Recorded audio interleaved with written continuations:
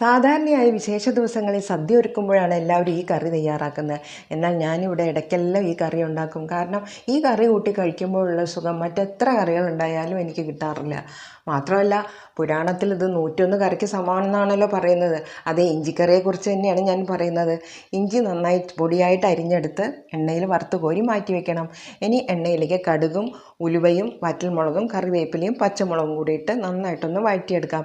ഇനി പൊടിയായിട്ട് മഞ്ഞൾപ്പൊടി മാത്രം ചേർത്തിയാൽ മതി. പുളിവെള്ളം കൂടെ ഒഴിച്ച് നമുക്ക് നന്നായിട്ടൊന്ന് തിളപ്പിച്ചെടുക്കാം.